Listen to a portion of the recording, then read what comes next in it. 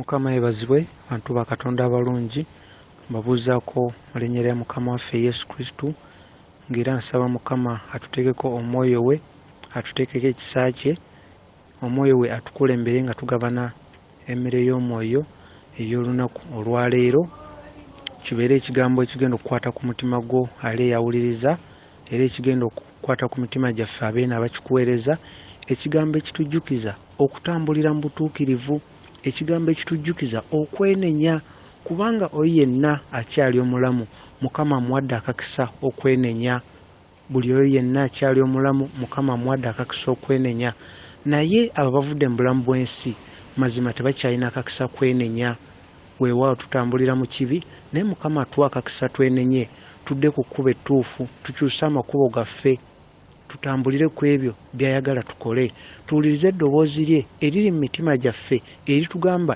ekituufu eky'okukola tunoonye obwakabaka bwa Katonda okusooka nga Mukama watugamba Matayo 6:33 tusooke tunoonye obwakabaka bwa Katonda okusooka ebirala byonna bijja tugattirwako kuba tuzuula obwakabaka bwa Katonda ffe ne Mukama tugenda kubeera kimu tugenda kubeera muntu omu ye wanaabeera mu ffe obulamu obw'omwoyo obuli mu ye ajja buyisa mu ffe bujje eri ensi buzuukuse omuntu waffe ow'omunda buzuukuse ensi mu mwoyo buli muntu gy'ali omwoyo we azuukuke kubanga sitaani yatusannyalaza mu mwoyo ne tutasobola kuyaayana kumanya Katonda affe yatutonda ne tuyaayana kumanya byamagero kumanya basumba baffe batubuulira naye nga Mukama waffe yatutonda tetumumanyi naye ekigambo kya leero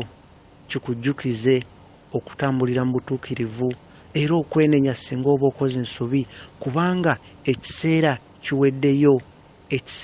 kiweddeyo omuntu eyavudde mu bulamu bw'ensi olunaku olwaleero gy'ali yejjusa agamba kale singa neenenya saamanya nali ndowooza nina obudde mazima ekwo kwe kwejjusa okwoyo avudde mu bulamu bw'ensi olunaku olwaleero bw'aba yagenze teyejjusizza ng'era afiiridde mu kibi tujjukire Bayibuli etulaga nti ekkubo erigenda mu ggulu funda Matayo 7:13-14 ekkubo erigenda mu ggulu funda olujja olugenda mu ggulu lutono era n'abazuula ekkubo eryo ettono nabo batono abasobola okuzuula ekkubo eryo okusalawo kuli eriggwe umutima gwo omanye ekituufu otambulira ku kkubo eryo ettono erigenda mu ggulu oba otambulira ku kkubo eddene erigenda mu kusaanyizibwawo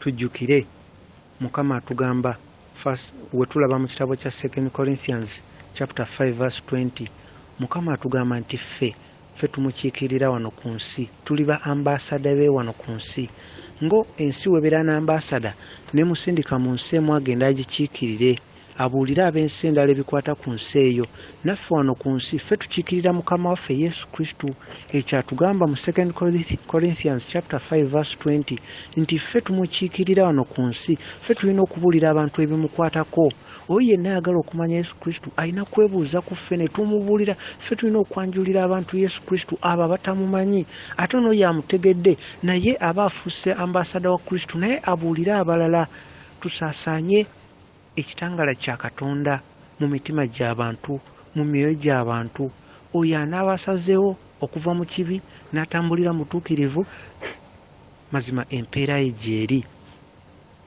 era Mukama ajja mwaniriza mu bwakabaka bwa Katonda tujjukire Ephesians 2:19 etulaga nti ffe tuli bantu ba mu ggulu obutuuze bwaffe buli mu ggulu ife wamu n'abo abonna abatukuvu abali mu ggulu eyo yeewaffe era tukolaganira wamu nabo kuba eyo yeewaffe yensonga lwaki olina okumanya ebikwata mu ggulu kuba yeewaka bw'obanga oli omu ku abo abalonde abogerwako tulaba Peetero ekisooka essula ey'okubiri olunyiriro lw'omwenda 1 Peter 2:9 eraga nti ffe tuli balonde tuli ggwanga eddonde era eggwanga ettukuvu tujjukire waliwo olusi lw'osaba n'ogaana Mukama musabe naye ekintu kye namusaba sinnakifuna.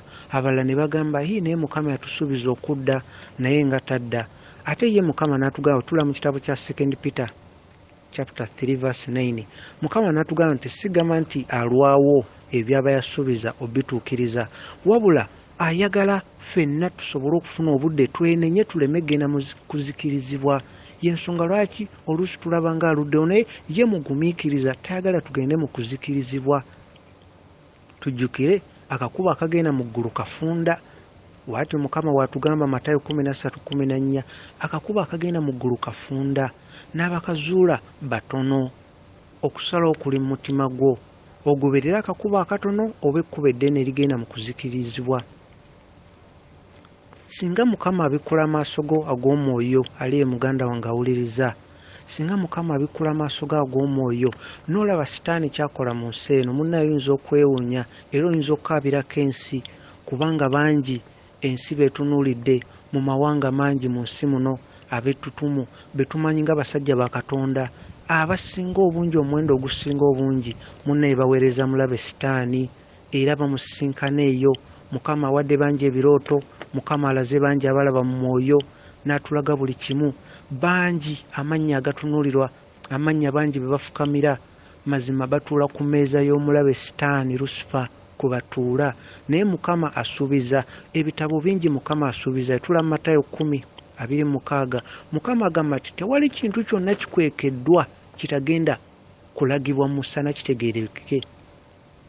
Era obanga owuliriza bino nga oli omu ku abo abatuula ku mmeeza y'omulabe, naye ng'eno mu nsi bakumanyi ng'omusajja wa Katonda, ng'omusumba, naye nga wagende wa Sitaani ng'oyagala maanyi okole ebyamagero, oyagala maanyi ofune amaanyi ag'omwoyo, owa obunnabbi, okole n'ebyamagero abantu bakwewuunye, buli omu abeere ng'akutya. Woba owuliriza ebintu bino bye njogera, munnaye weenenye, Mukama ajja kusonyiwa. Fukamira ku maviivi, weenenye okuva ku mutima gwo era oyatule weegaane Sitaani. Mukama agenda kuggulira oluggi olupya. Weenenye okomewo, kuba ye Mukama atunuulira mitima. Ennyiriri nnyingi Mukama zaatulaga, tewali bonna kye bakola nga beekwese kitagenda kulagibwa. Byonna bigenda kulagibwa. Olaba Luka 8:17, olaba Luka 12:2, olaba 1 Corinthians chapter 4 verse 5, olaba Hebrews chapter 4 verse 13. Mukama byonna ayogera ekintu kye kimu, agamba tewali kikwekeddwa Mukama kyatagenda kulaga bantu be. Bangi betumanyi mu nsi mazima batula n'omulabe Sitaani nga banoonya amaanyi agakola ebyamagero. Kituufu basajja ba Katonda gye bali abatuufu, naye kwabo betumanyi mu nsi eno nga bw'ogimanyi, amazima amaanyi bagajja wa Sitaani. Amaanyi bagajja wa Sitaani. Sitaani yabawa amaanyi abo abasinga obungi bemulaba.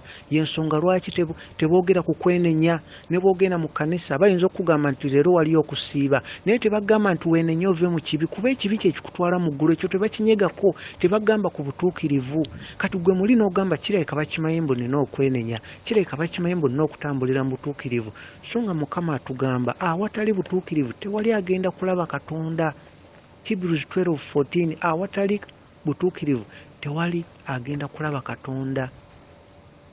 Yensonga lwaki gwe abuulira enjiri yali muganda wange teweerabira okwogera ku butuukirivu, teweerabira okwogera ku kwenenya, okwenenya, kubanga omuntu newaafa n'ava mu nsi eno nga wenjo balaga mu maaso awo, newaatuuka mu maaso ga Sitaani ng'afiiridde mu kibi, Sitaani amugamba wafuna emikisa egyenenya okwewala ekifo kino kyozze mu geyeena. Ne Sitaani abagamba okwenenya mwafuna emikisa egyenenya.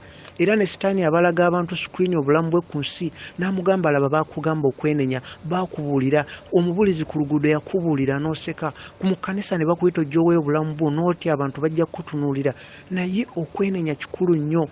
Sitaani abantu bonna bawa amaanyi abagamba temwogera ku kwenenya, mwogere ku birala. Waakiri abantu bagamba okusiiba, naye abantu tabagamba ku kibi kye bakwese mu mutima, kye batambuliramu, kye balooza Katonda takiraba. So nga ekyo kye kigenda okutwala abantu mu muliro. Mukama wabikula amaaso g'oyinza obbalaba. Bangi abasumba mu nsi yonna, bangi betusinga okulaba ku bipande, mazima amannya mangi agavuga mu nsi yonna, mu mawanga ag'enjawulo ku nsi, batula n'omulabe Sitaani, basaddaaka abaana abato. Mukama waffe Yesu Kristo abikulaga byonna. bateeka omwana omuto ku meeza ne bamusala n'akambe ne bajjako amagulu ne bajjako emikono ne bajjako omutwe nga baagala musaayi. Mukama waffe Yesu Kristo abikulaga byonna n'obiraba. Y'ensonga lwaki mu Bayibuli atugamba byonna ebikola mu kwekweka bigenda kulagibwa. Matayo 10:26, Luka 8:17. Byonna ebibakola nga beekwese bigenda kulagibwa mu lujjudde. Mukama agenda biraga abantu be. Leka kudduka kunoonya byamagero, noonya obwakabaka bwa Katonda. Yesu Kristo agambe eddoboozi ly'endiga ze ziriwulira era zirimanyi era azimanyi. Sooka onoonye obwakabaka bwa Katonda. Gwe kennyini tegeera Katonda. Tolinda olunaku olusembayo otegeere Mukama Katonda wo. Tolinda olunaku olusembayo olyoke otegeere omusumba wo taweereza Katonda, kubanga abasumba bangi bannaye tebaweereza Katonda. Y'ensonga lwaki tuba tukuweereza ekyawandiikibwa kino. Ffe tetwagala kwogera mbu amanya gaffe ge gano kuba si kikulu. Ekikulu gwe kuzuula Mukama Katonda obe n'enkolagana naye. Weenenye ove mu ekyo ekibi ky'okwessa mutima gwo aliyo muganda wange ojja genda mu ggulu. Totambulira mu kibi. Weenenye, Mukama agenda kukusonyiwa byonna. Mwetegefu okwaniriza mu bwakabaka bwe akusonyiwe. Mukama asobola okukulaga wabikula amaaso ge ag'omwoyo. Batuula ku meeza y'emu. Bagenda mu nnyanja ne batuula ku meeza y'emu n'omulabe.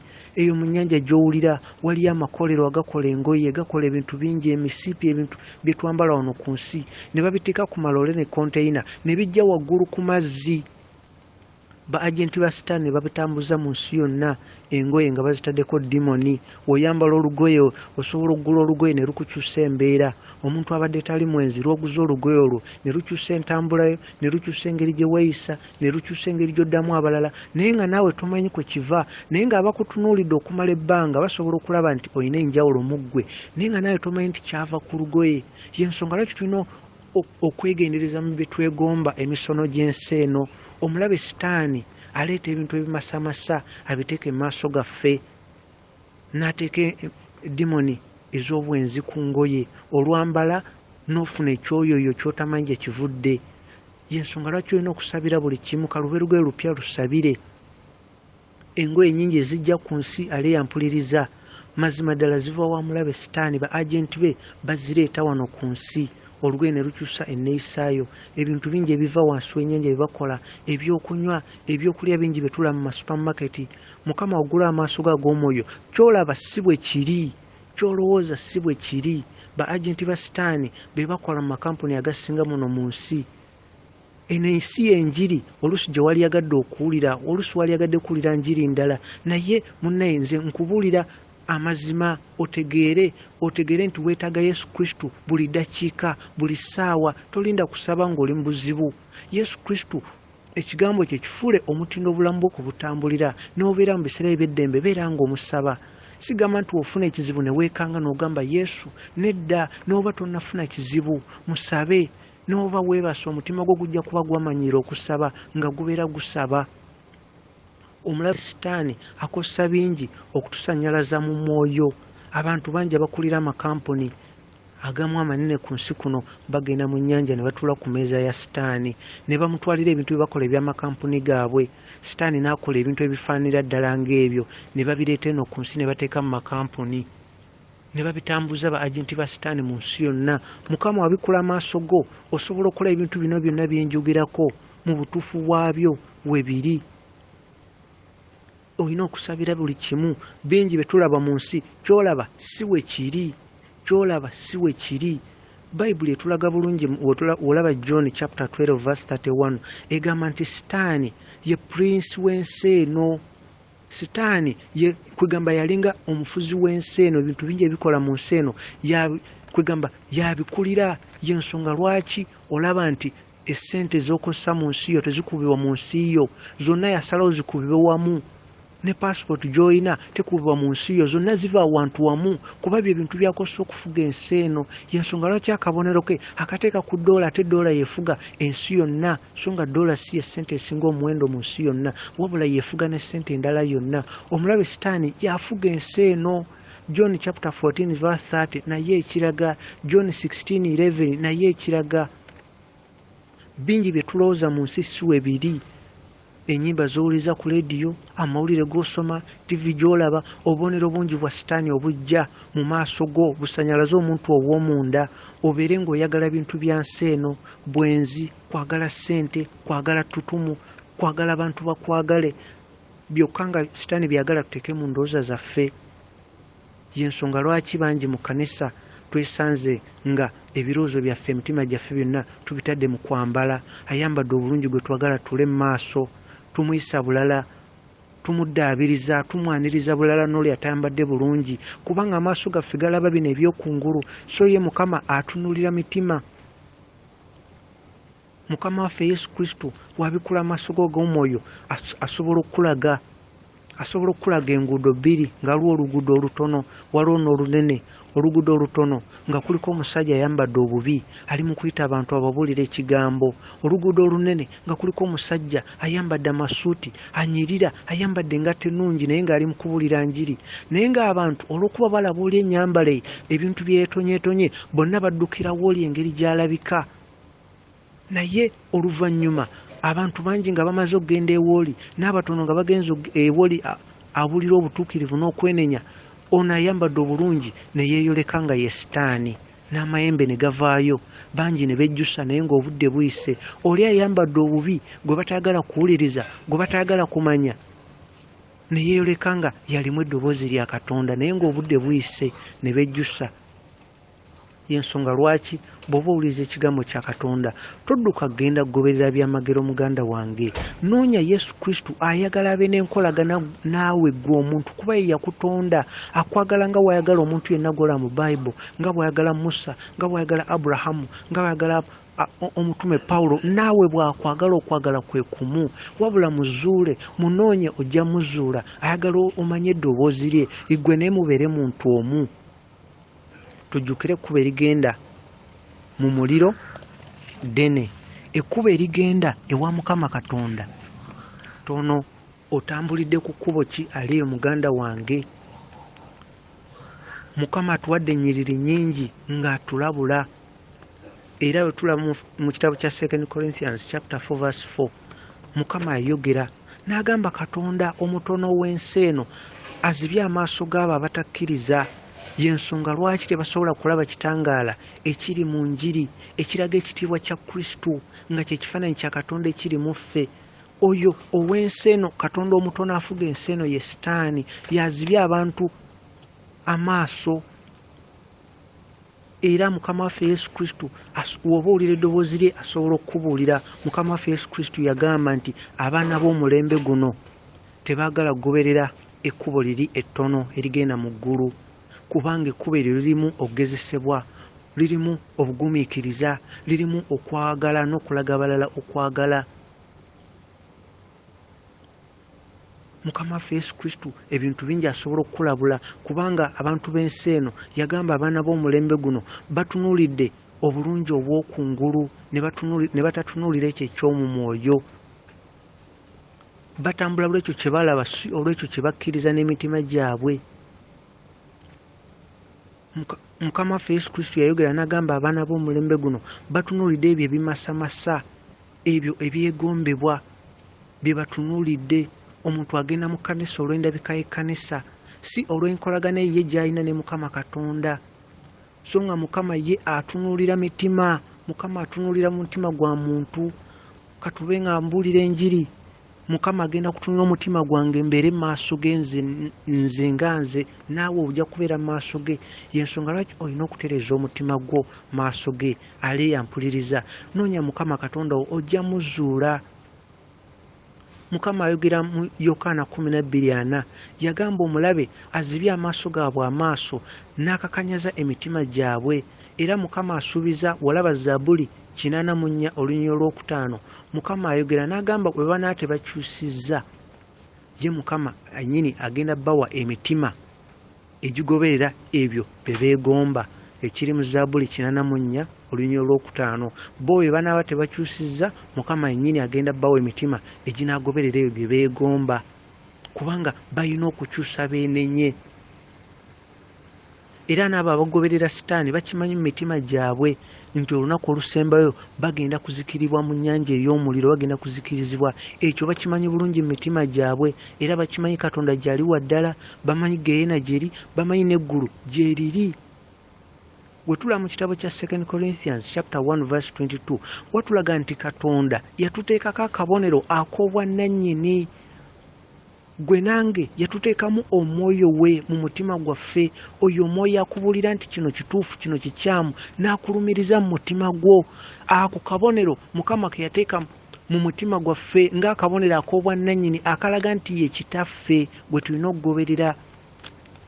Era tulaba kyawandiikibwa n'osoma 2 Corinthians chapter 3 osoma verse ey'okubiri ne verse ey'okusatu, walaga bulungi nti gwe ale yawuliriza, gwe bbaluwa kwe tuwandiise, gwe bbaluwa ya Mukama Katonda, gwe ale yawuliriza, gwe bbaluwa ya Mukama Katonda, gwe bbaluwa ya Mukama Katonda eyewandiikiddwa ku mitima gyaffe abakuweereza ekigambo kya Katonda. Era ebbaluwa eno emanyiddwa era neesomwa gwe kennyini awuliriza, era oli mujulizi nti owulidde, era ebbaluwa ya Mukama Katonda ogifunye, era wulira ogabana n'abalala ekigambo kya Katonda ekibulira obutuukirivu n'okwenenya. Naawe oba ogabira ebbaluwa ya Katonda abalala nabo bagisome. Ebbaluwa etawandiikiddwa wiino, naye ebbaluwa ewandiikiddwa n'omwoyo wa Katonda ku mitima gy'abantu. Okusalawo kuli mu mutima gwo, olina okumanya Mukama Katonda wo gw'ayagala ogenda mu ggulu. Tulaba Apostle Paul, omutume Paul yayogera, bw'olaba mu kitabo kya 2 Corinthians chapter 4 verse 6, Mukama yayogera n'agamba Katonda yagamba wabeewo ekitangaala awali ekizikiza, era ne wabaawo ekitangaala awali ekizikiza. Ekitangaala ne kyakira mu mitima gyaffe. Mu mitima gyaffe ekitangaala ne kituleetera okumanya Katonda, ekitiibwa kya Katonda. Ekitangaala kya Katonda ne kituleetera okumanya Kristo. Era y'ensonga lwaki nga bwe kiwandiikwa mu 2 Corinthians chapter 6 verse 11 twogera naawe nga naffe tuleetese emitima gyaffe gyonna okubulira ekigambo kya Katonda. Kya bwereere, weenenye, tambulira mutuukirivu, ogenda mu ggulu. Tokweka kibi kyonna mu mutima, Mukama atunuulira mutima. Weenenye, gwe nga gwe ojja kumira mu maaso ga Katonda wekka nga tolina famire yo, tolina mukyala wo, tolina mwami wo, tolina baana bo wadde abazadde bo. Igwe nga gwe ogenda kumira mu maaso ga Katonda akaseera gye kali. Okyayiri mulamu ku nsi, olina akakisa akeenenya. Olina akakisa akeenenya. Oyina ekifo mu mitima gyaffe ffe abakubulira ekigambo kya Katonda. Oyina ekifo mu mitima gyaffe nti tugenda kubeera wamu mu mwoyo, era mu mwoyo tujja kufa wamu, tujja kuva wamu mu bulamu bw'ensi eno mu mwoyo, ng'era bwe kiwandiikibwa mu kitabo kya 2 Corinthians chapter 7 verse 3. Naawe tambuza okwagala kwa Yesu Kristo eri mulirwanaawo, kaabe wa ddiini ki, kaabe wa ggwanga ki, kaabe nga yenkana atya, tomusalira musango, wabula mujjuze okwagala, mulage okwagala. Katonda yali yatonda Sitaani, Lucifer, nga yenna ayakayakana, ng'aliko amayinja agakayakana. Y'ensonga lwaki yafuna amalala. Kati olw'okuba yalina amayinja agakayakana, ate amayinja agakayakana Mukama yagamuggyako. Mukama waffe Yesu Kristo we yava ku musalaba yagendayo mu geyeena n'agamuggyako gonna, agakayakana n'agamuggyako. Kati Sitaani ku nsi aleeta ebintu byakayakana asike endowooza z'abantu, so nga Katonda tali mu bintu ebyakayakana bye tutunuulira. Tutunuulira bulungi bwa ntebe ze tutulamu mu kkanisa na bulungi bwa kkanisa. Katonda waffe mwoyo, munonye mu mwoyo ogenda muzuula. Tali mu ebyo ebintu, ali mu mutima gwo. Ekifo kyokka Katonda wayinza okutuula mu kifaananyi kye, mu kikula kye, mutima gwo. Ecclesiastes chapter 3 verse 11 wakulaga nti Katonda ku nsi kuno ekifo wasobola okutuula mu mutima gwo, kuba yateeka emirembe n'emirembe mu mutima gwo. Mutima gwo wanene nnyo, Katonda atuulawo n'ateekawo obwakabaka bwonna, gwe mutima gwo. Yongera omuwa emmere y'omwoyo. Ekikula kya Kristo munda mu ggwe kigenda kukula, kyongera okweyoleka, otandika okuzuula omuntu wo ow'omunda.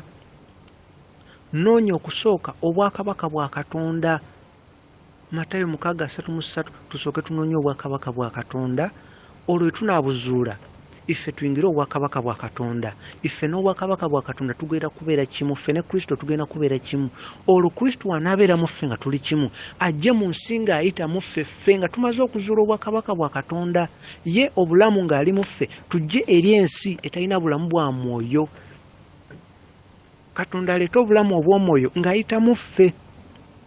Yensonga lwaki ffe tulina okusooka ne tumumanya.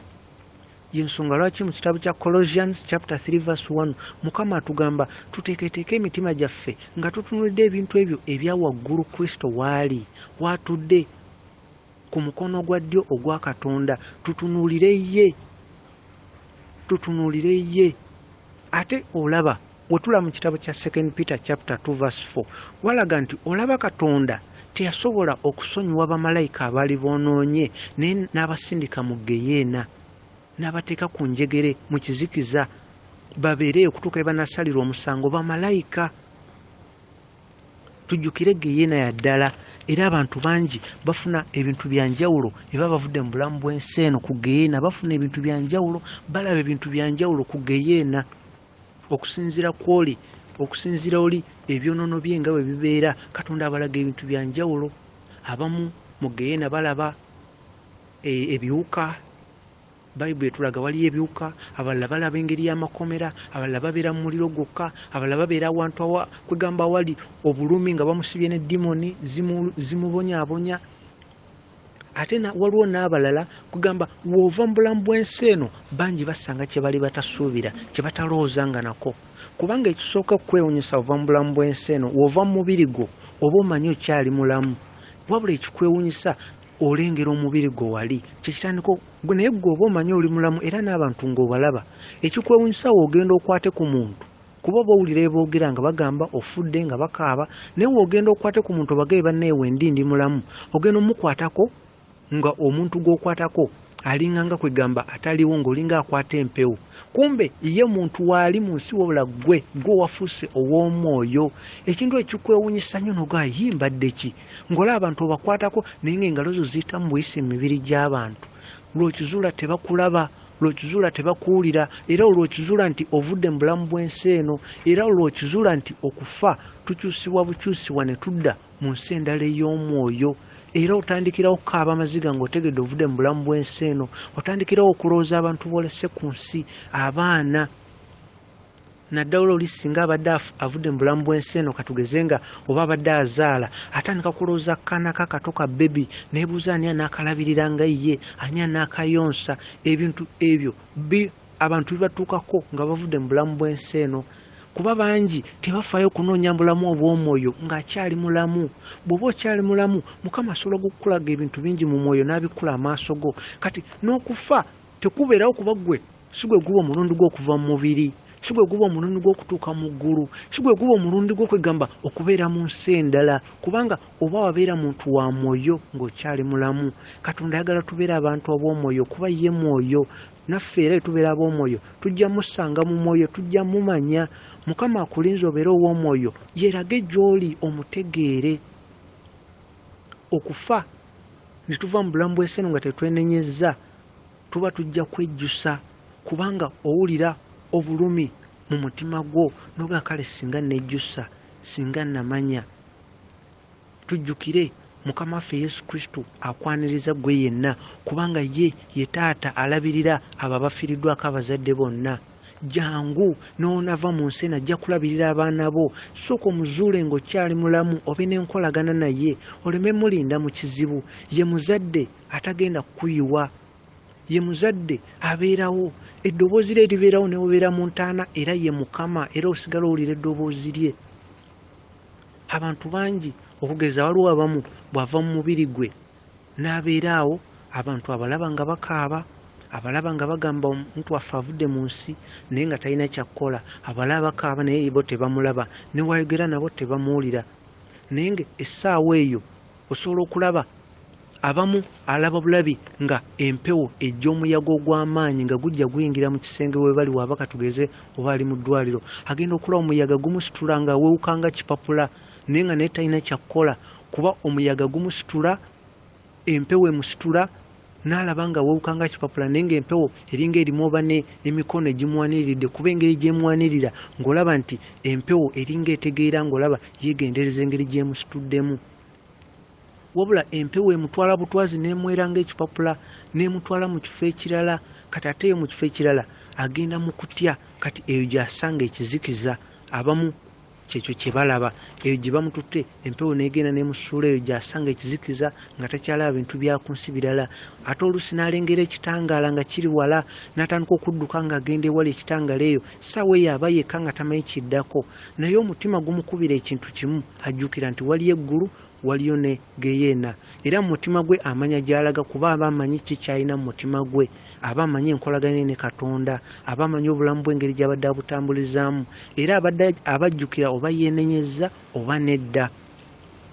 Alengera ekitangaala nga kiri eri walako, atandika okudduka ng'agenda ewala ekitangaala, naye gy'akoma okisemberera nakyo kyongera okweyongerayo, gy'akoma okisemberera nakyo kyongera okweyongerayo. Ate abalala wabava mu bulamu bw'ensi alaba abamu alaba abantu babiri nga bajja nga bawanvu bajja waali ng'agenda kufa ng'amaze okuva mu bulamu bw'ensi eno. Abamu alaba abantu babiri nga bajja basajja ba kiwago ne bajja ne bayimirira waali. Olw'okuba bawanvu tasooka kutunuulira feesi zaabwe, alaba mibiri gyabwe, ate aba amanyi n'abantu abamwetoolodde babalaba, kati takifaako nnyo, naye agenda obbatunuulira waggulu. Abantu abo balina emitwe naye emitwe tebalina feesi. Kyenva nga tebalina feesi, emitwe giringa nga olaba omuntu wanaasala enviri nga zonna n'azimalako, we bafaanana emabega mu mutwe ne mu maaso. Tebalina matu, tebalina nnyindo, tebalina maaso, tebalina mimwa. Kati ekyo kisooka ne kimwewunyisa, oluusi n'awoggana. Abamwetoolodde nabo batunuulayo balaba abantu batunuulidde. Kati ekisinga omwewunyisa ng'alaba abamwetoolodde tebabiriiko, era kwegamba abantu kuba ezo ziba dimoni, sitaani abaazinonye ng'akimanyi omwoyo ogwo gugwe, kuba sitaani omwoyo emyoyo egijja agimanya, kuba buli kibi ekiri munda mu ffe eba dimoni. Kati eyo dimoni yeetwala obubaka n'egamba omuntu ono avudde mu bulamu bw'ensi. Kati eyo dimoni yeyita ziri dimoni. Abasajja abalabika ng'abasajja abawanvu be bajja ne banoona omwoyo gw'oyo omuntu, kuba ye sitaani ayagala myoyo, akimanyi gino emibiri gikoma wano ku nsi, ate gino emibiri eringa nga olaba ebbaasa. Kati bwe baba bajjamu omwoyo obanga ajje ebbaluwa mu bbaasa, era okizuula nti gino emibiri gyaffe mazima tegirina mugaso. Y'ensonga lwaki Mukama waffe atugamba tubeere bantu ba mwoyo, tuleme okutunuulira ebyetaago by'omubiri, okwegomba kw'omubiri. Era zino dimoni ezifaanana ng'abantu abawanvu zo zikwata bukwasi, kuba emu eyimirira ku mukono gwa ddyo omulo gwa kkono, zikwatako bukwasi omwoyo gwe ne guvaamu, omwoyo gwe ne guvaamu, omubiri gwe ne gusigala awo. Ate omwoyo gwe guvaamu gwo soolo yo ebeera efaanana bubi n'okusinga omubiri gwe guli, kubanga oba ogenda mu geyeena naye oba ogenda mu ggulu ovaamu ng'omasamasa ekitiibwa, kuba oba ovaamu oba olina sipiriti. Sipiriti eyo ya Katonda, omwoyo wa Katonda gwe yakuteekamu aba akulimu. Oba ogenda mu ggulu kuba omwoyo oli kyekitangaala ekikulimu kyekyongera ne kyakaayakana, naye oba ogenda mu geyeena omwoyo ogwo guddayo ewa Katonda. Katonda azzayo sipiriti ye gye yakuteekamu, ogwo omuliro ekitangaala ekikulimu kiddayo. Kati ye sitaani n'atwala soolo yo. Kati soolo yo era ebeewulira ng'erina amatu, ng'eraba, ng'era eba kusuna era owulira, naye obulumi buba bw'amaanyi okusinga obulumi obw'oku nsi eno gye tulimu. Era obalaba abasajja abo nga bakutwala, obalaba nga bakutwala, naye woba otambula, weba batwala soolo y'omuntu atambula nga eyeeweseemu, kwegamba aba alina kyetisse ku mugongo, kuba ebi byonna bye tukola ku nsi byekwata ku soolo yaffe. Buli kibi kye tukola kyekwata ku soolo yaffe, nga bw'olaba nti wokuba ekifaananyi ne kamera etereka ebifaananyi ku memory card. Kati naffe ku nsi soolo yaffe bw'oba okyali mu mubiri teraba, wabula soolo yaffe erina enkolagana n'obwongo, ekwatagana n'obwongo. Kati buli kintu kye tulaba n'amaaso gaffe kijja ne kyewandika mu bwongo bwaffe. Kati ekyo ekifaananyi kiri mu bwongo bwaffe kyekigenda ne kibeera ku soolo yaffe. Kati buli kintu kyonna mu bulamu gy'oyise gy'obadde byonna biri ku soolo yo. Kati kye tugamba Mukama waffe tunaaza n'omusaayi gwe, ebyo byayozaako ku soolo n'otukula. yensonga lwaki tugamba Mukama atunaaza n'omusaayi gwe n'atunaazaako ebibi. Kati ebyo ebibi bibeera ku soolo, kati soolo gye njogerako. Kati ezo demoni we zijja soolo mu mubiri, ebibi byonna bibeera mu mugongo gw'omuntu ng'omugugu gwe yeetisse era atambula bimuzitoowerera. Ayinza n'okutunula emabega n'abuuza ki kye neetisse. Era demoni ezimubulira ne zimugamba ebyo ebibi, era zimubulira nti ogenda kukungula ekyo kyennyini kye wasiga, gwe kennyini ky'oyinako obuvunaanyizibwa kye wasalawo n'olonda nga tewali akukase. Demoni zimubuulira era omuntu atandikirawo okuwulira obulumi, atandikirawo okuwulira nga yali yeetaaga yeenenye, awulira obuzito bw'ekibi kye. Bangi abanava mu bulamu bw'ensi eno obonaaba toweenenyezza byenjogera ojja biraba ate ojja kujjukira nti wawulira. Yensonga lwaki ali yampuliriza muganda wange, weenenye, yaniriza Yesu Kristo tuve mu kibi, tambulira mu butuukirivu, ove mu kibi kye kisinga obukulu, oteeketeeke omwoyo gwe nga gwe osobole okugenda mu ggulu.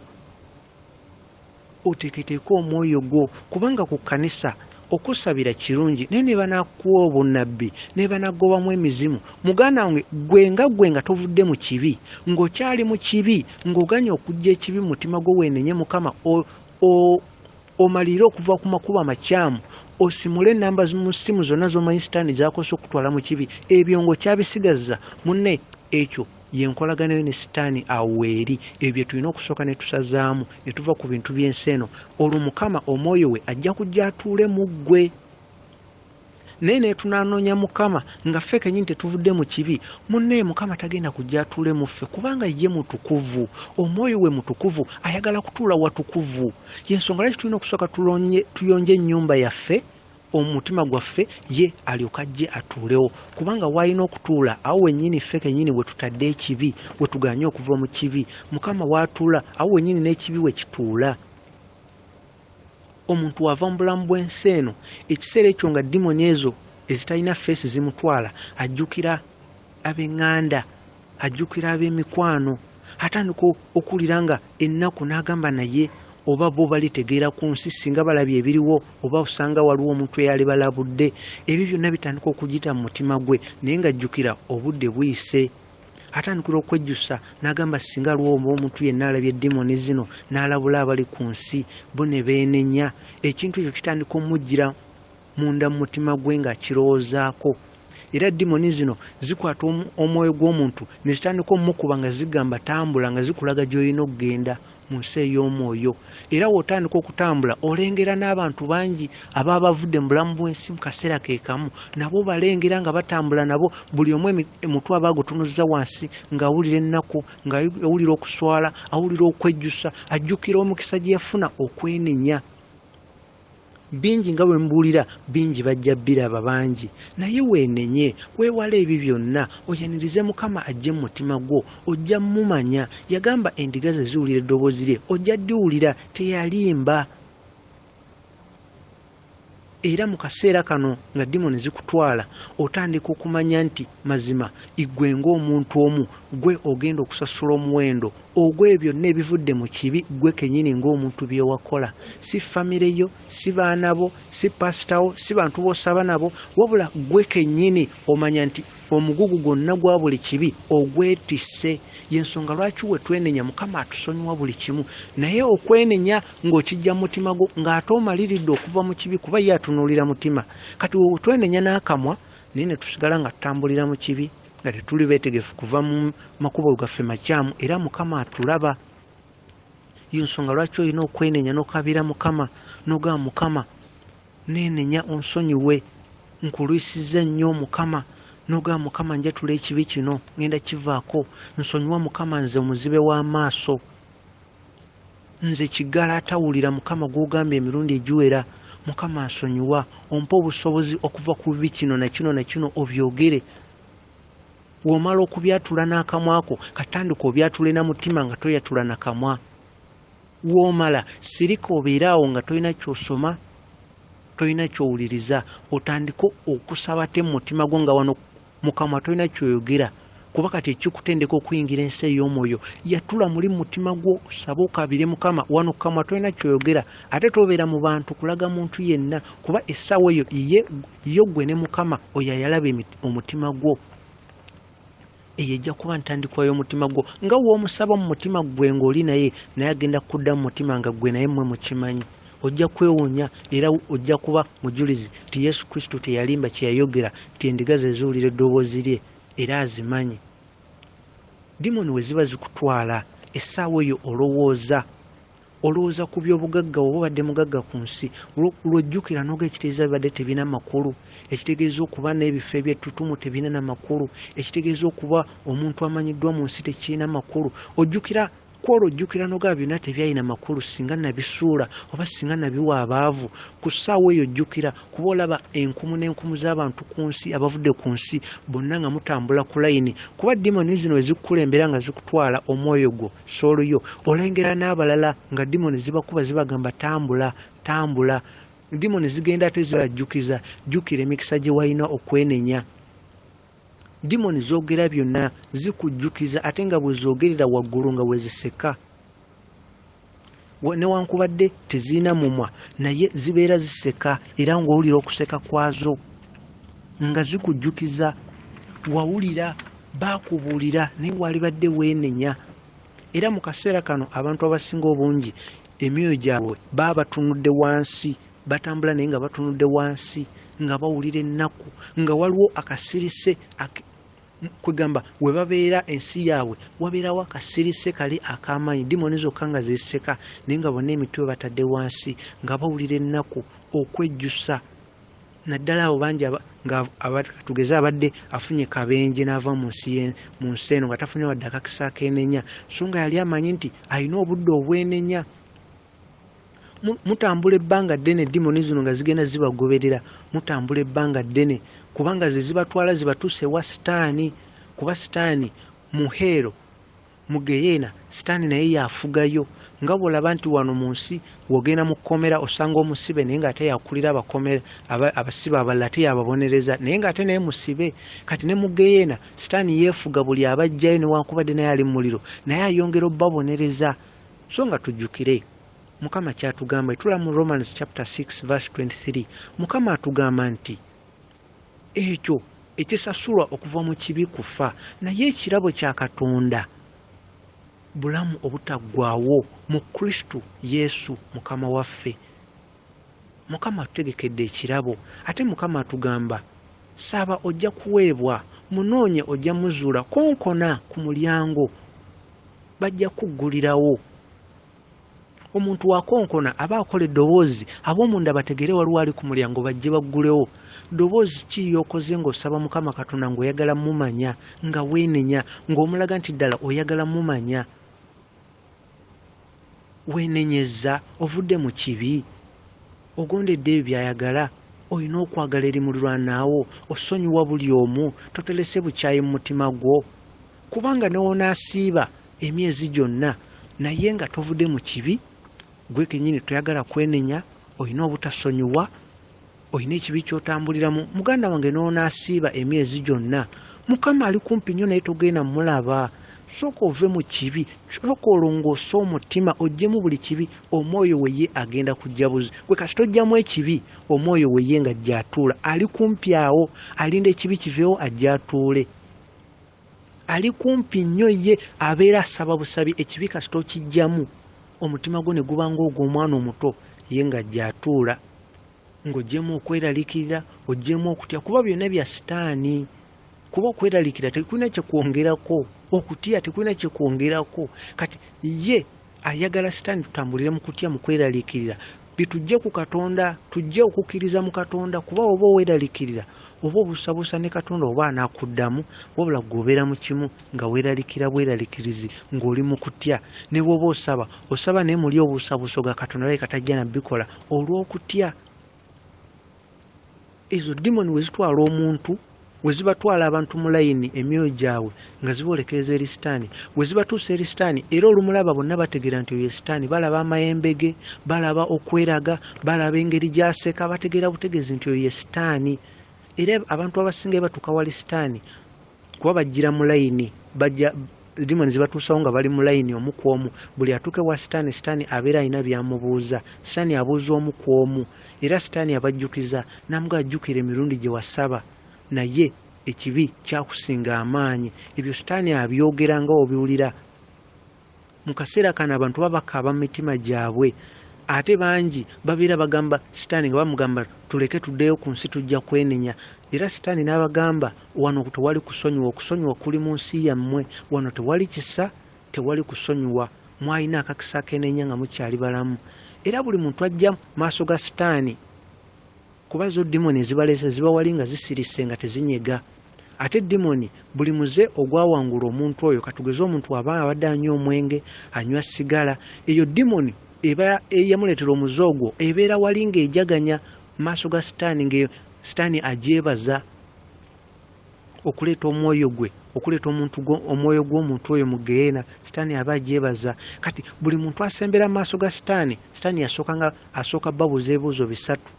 Ebintu bino nga we buwulira waliyo abajja okutuukawo era balimanya nti baawulira. Sitaani asooka babuuza ebintu bisatu. Asooka kugamba wali mu nsi, lwaki tewamwaniriza mu mutima gwo? Era ababuuza wali mu nsi, lwaki tewamugondera? Era abagamba wali mu nsi, lwaki tewamuweereza? Ebyo bintu bisatu sitaani abibabuuza. Kuba ye sitaani tasobola kwogera linnya lya Mukama waffe Yesu Kristo, wabula abagamba wali mu nsi, lwaki tewamukkiriza? Lwaki tewamugondera? Lwaki tewamuweereza? Kubanga sitaani bajja omu buli atuuka maaso ga sitaani, sitaani amubuuza ebyo ebigambo bisatu. Era wamala omubuuza sitaani n'amulaga, kuba sitaani naye abalaga eringa nga wolaba sikuriini, akulaga ebintu ebyali ku nsi, n'akulaga emirundi gye walina okwenenya, akulaga emikisa gye walina okwenenya.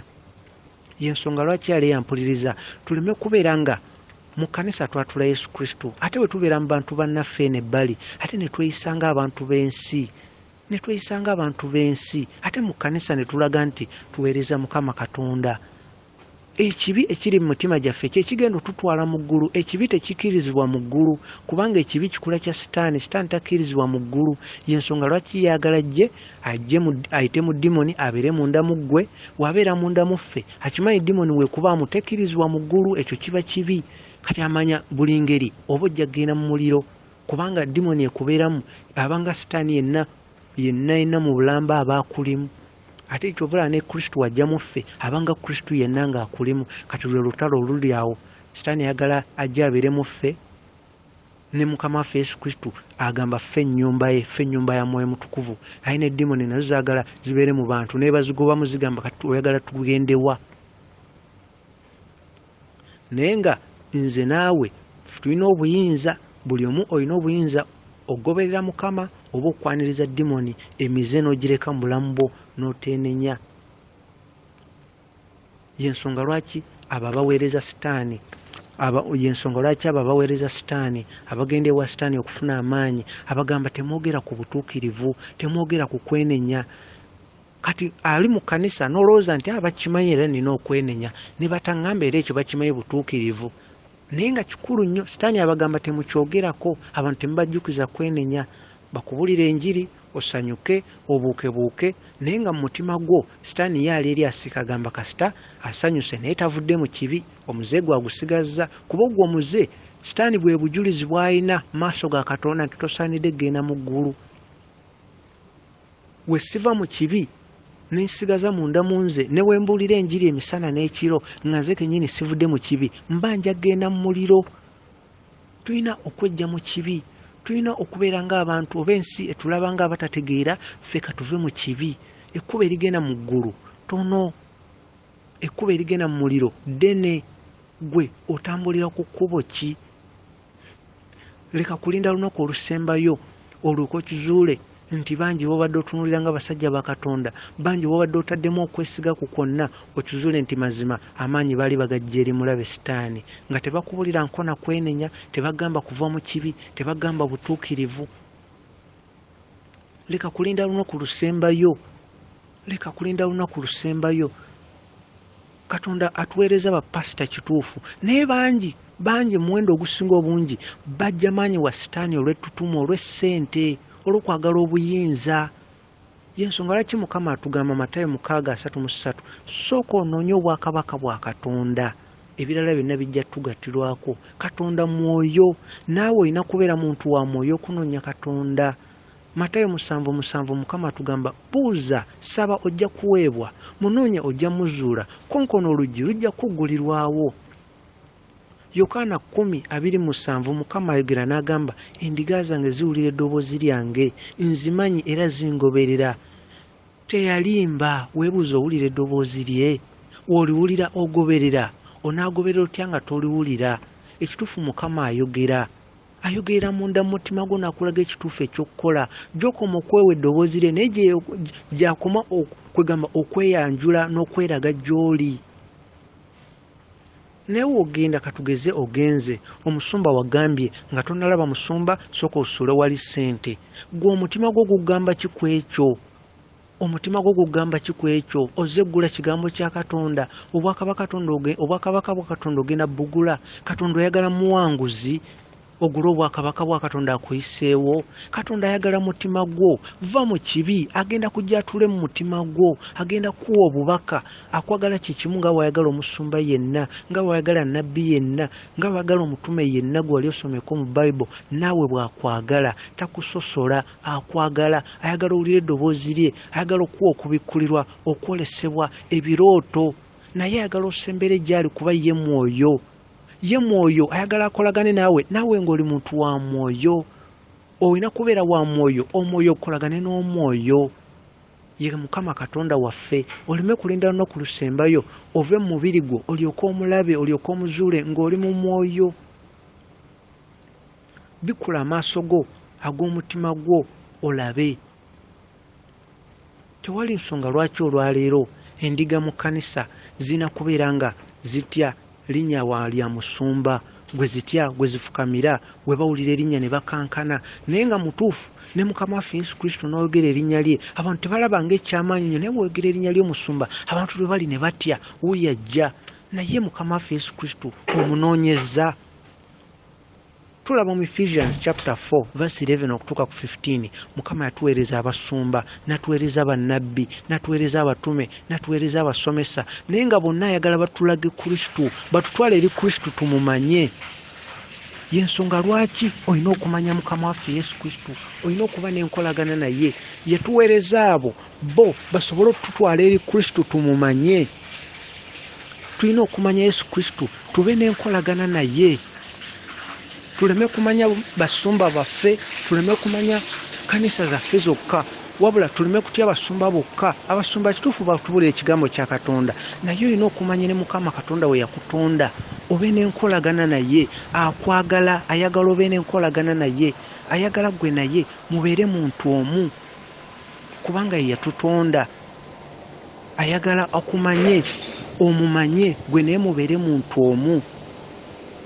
Tolina kukkiriza ate omusumba w'ekkanisa afuuke Katonda mu bulamu bwo, naye nga naawe tokimanyi, naye nga otunulira by'okola byonna bikolwa bya kusinza ate ebisaanira Katonda yekka. Gwe tokiraba omutima gwo oguwaddeyo nnyo. Si bonna, naye mbuulira gwali eyo eyeemalidde mu kutunulira omuntu obuntu. Mukama Katonda wo ayagala obe n'enkolagana naye, gwe naye mutambule nga muli kimu. Totulina kutunulira obutunulizi omuntu, toteeka omutima gwo gwonna eri omuntu obuntu. Yesu kituufu abasumba batubuulira era bakola omulimu gw'amaanyi, naye Yesu Kristo omumanyi. Olinda olunaku olusembayo omumanye. Omutima gwo gwonna olina kwagala Yesu Kristo. Okwagala omuntu omulala yenna oba ekintu ekirala kyonna okusinga Yesu Kristo oba kibeera kibi, tuba twonoonye. Okwagala kwonna olina kuwa Mukama Katonda yekka. Okwagala kwonna ebirala ne biryoka biddako. Ekiseera kiweddeyo, tutambulire mu butuukirivu n'okwenenya. Tuleme kulinda akaseera akasembayo, tulyoke tumanye Mukama Katonda waffe. Omusumbawo akubuulira okwenenya, akubuulira okutambulira mu butuukirivu, akugamba okuva mu kibi. Ekintu ekya kiddiŋŋana kirowoozeko mu mutima gwo. Okimanyi nti ekibi kye kitwala mu muliro otava mu kibi. Akyogerako. Ekiseera kiweddeyo, tuleme kulinda akaseera akasembayo, tutambulire mu butuukirivu n'okwenenya, obutuukirivu n'okwenenya. Obutuukirivu bwo nga buli omu kinnoomu, Mukama agenda butunuulira. Mukama agenda kutunuulira ekipimo ky'okwagala kwa buli omu kwayina, era Mukama agenda tuwa empeera okusinziira ku obungi bw'okwagala kw'oyina eri mulirwanaawo, eri muntu munno. Ekyo Mukama agenda kitunuulira kubanga Katonda kwagala, era obungi bw'okwagala kw'oyina mu mutima gwo eri bantu banno bwe bungi bwa Katonda era ali mu mutima gwo, era bwe bungi bw'amaanyi ga Katonda gagenda okwesiga nago. Tuleme kulinda akaseera kasembayo tuleke tumanye Mukama Katonda waffe. Tuleme kulinda akaseera kasembayo, tulina akakisa omumanya nga tukyali balamu. Tulina akakisa omumanya nga tukyali balamu. Mbadde nkyababuulira emyoyo mingi dimoni ezo zolaba eziringa dimoni ezitalina face, wezimala okutwala abantu maaso ga Sitaani, Sitaani nga we nkugambye abuuza abantu ebintu ebyo bisatu, nakubuuza wali ku nsi, wamuweereza, wamusinza, wamugondera, kubanga tasobola kwogera linnya lya Mukama waffe Yesu Kristo, wabula ye akubuuza wamugondera, wamusinza, ng'ategeeza Mukama Katonda. Ebintu bino byenjogera bangi mujja birabako n'amaaso gammwe, era muli babajulizi nti ku nsi amazima gaaliko. Omulabe Sitaani akulaga ku lutimbe nga olaba screen, nga olaba TV, akulaga akakisa ke wafuna okwenenya, nakulaga lwali mu kanisa ne bayita abantu benenye, notya noga abantu bajja kuntunuulira, abantu bakimanyi already ndi mulokole, ate kyekinyimusa okuddayo omulundi omulala. So nga wali badde ate ozza buto enkolagano ne Katonda ne weenenya noga Mukama nsonyiwa byonna, mpaka kisantandika olugendo naawe, mpa obusobozi okuva mu kibi. Omulabe ajja kukolaga akakisaako, omuntu gwayitako ku luguudo n'akuwulira ekigambo kya Katonda, abangi ne baseka. Omulabe Sitaani agenda kukulaga n'ebintu bye yakozesa okutwala mu muliro bw'oba ogenze mu Geyeena, akulaga ebintu bye wali esinga okwagala obulamu bwo bye yakozesa. Abangi baagala nnyo emizannyo, obulamu bwo obuddewo bwonna n'obumalira ku ebyo ne kijjula mu mutima gwo, ebyobufuzi, ebintu bingi nnyo abantu babimaliddeko, ennyimba z'ensi eno, TV n'ebirala byonna bingi, emisono gy'engoye, buli kintu kyonna wano ku nsi ky'osobola okumalirako omutima gwo, Sitaani alina obusobozi obukikozesa okutwala mu muliro. Kyonna kyonna, oba ssente oba ki, kyonna ky'omalirako omutima gwo, kyova olaba mu mutima gwo tuzaamu Yesu Kristo. Mumanye ogenda kufuna essanyu ly'otalabangako, ogenda kufuna ebyamagero by'otalowoozangako nti biri ku nsi. Nze ndi mujulizi kubanga Mukama byankoledde, nali simanyi nti ku nsi gyebiri. Ebintu Mukama byandaze, nali simanyi nti ne ku nsi gyebiri. N'ebyo byalaze abalala abanneetoolodde nabo ne balaba n'amaaso gaabwe, nange nali simanyi nti biribaawo, kuba tamala nakundabula naga nti kati tamala nakulabula nti kati kino gye kigenda okubaawo. Nange kennyini mbeeraawo ne ntunula bwe nti nga sibitegedde, nga simanyi, nga sina na kyenyinza kunnyonnyola, ate oluusi ne ntegeera luvannyuma. Katonda waffe waddala munoonye, ojja muzuula. Tuve mu kibi, twenenye, tuve mu kibi. Ekiseera kiweddeyo, ekiseera kiweddeyo. Eri oyo yenna ayina amatu awulire. Tuve mu kibi, tuve mu kibi. Buli omu osobola okuva mu kibi, Mukama asobola okuwonya omwoyo gwo. Sitaani ayagala myoyo ne Mukama waffe ayagala myoyo. Si mibiri gino gye tutunulidde, wabula emyoyo, soul ze baagala. Soul Mukama gy'ayagala. Kyova olaba buli kibi kyewandika ku soolo yo. Soolo yo yerimu spirit y'omweri, kubanga soolo yo eyo yebaamu kuga soolo yo Mukama gyanunula, gyawonya. N'olaba omuntu nga bamusabira oba bamugobamu emizimu, Mukama asooka kununula soolo yo. Bw'amala oginunula, olwo n'akuteekamu omwoyo we.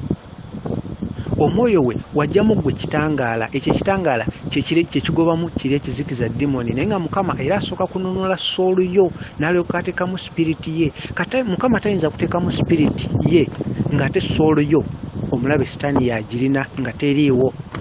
Kati soolo yo gwe kennyini olina okulaba biki by'olaba, biki by'owuliriza, biki by'osoma, kuba buli kye tulaba kye tuwuliriza kigenda ku soolo yaffe ne kyewandiikako. ali yampuliriza. Yesu Kristo akwagala nnyo. Tomanyi bane tetumanyi na ngeri lwaki Katonda n'engeri gy'atwagala, tetumanyi na lwaki atwagala nnyo bw'atyo. Atwagala nnyo nnyo nnyo, era lw'oli muzuula atamuzuulanga ogenda kwewunya okwagala kwatwagala. Akwagala nga wayagala Aburahamu, nga wayagala Musa, nga wayagala Dawudi, nga wayagala Enoka. Naawe bw'akwagala, ffenna bw'atwagala. Naye ali mu mwoyo. Tusooke tubeere abantu ab'omwoyo, tweyawule ku bintu ebyokwegomba by'ensi eno. Olwo naye ajja kweyoleka gye tuli. Gye twongera okwewa Mukama naye agenda kwewa gye tuli, agenda kwongera otweraga. Guno omubiri gwaffe gulinga nga olaba ebbaasa ebeeramu ebbaluwa. Omwoyo gwe guva mu mubiri, ebanga olaba ebbaluwa ebagijja mu bbaasa, ebbaasa esigalawo nga terina mugaso. Newankubadde abantu balaba bbaasa ng'ebbaluwa eri munda. Kati guno omubiri gwe tulaba tegulina makulu, wabula soolo yeeyina amakulu. Ebeerawo emirembe n'emirembe, tefa ebeerawo emirembe n'emirembe. Ya mugaso, ya muwendo. Ensonga lwaki Sitaani ajagala. Ya muwendo nnyo soolo yo, ya muwendo. Omuntu abeera mu maaso ga Sitaani essaawa nga Sitaani yamulaga ebintu ku sikuriini bye yakola ku nsi, mu kaseera akajjukira famire ye, emikwano, abaana, abantu be yasabanga nabo. Muli mutima n'atandika okugamba naye Mukama, abantu bali be naleka ku nsi, waliyo omuntu ayinza okugenda n'ababuulira ebiri eno, n'ababuulira ebintu bye tuyitamu wano nga tuvudde mu bulamu bw'ensi. Kuba bangi balowooza Katonda ebintu yabitukweka, omuntu wava mu bulamu bw'ensi Katonda yabyesigaliza. Nedda si bwe kiri.